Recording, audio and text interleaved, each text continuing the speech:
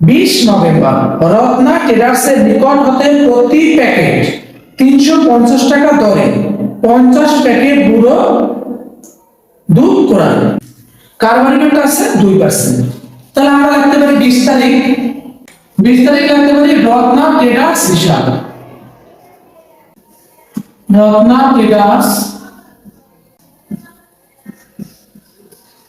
Ratna traders 350 গুণ 50 হলো 17,500। এইটার উপরে দাও 2%, কারবারি রেটটা দাও 2%। তাহলে আমরা লিখতে পারি 350 গুণ 50 হয় 17,500, ওটার উপরে দাও 2% হয় 350 টাকা।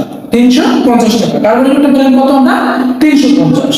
তাই 17,500 থেকে 350 যদি আমি বাদ দিই থাকে 17,150। 17,150। চালানো আছে 535। এটা কোনো শর্ত নেই।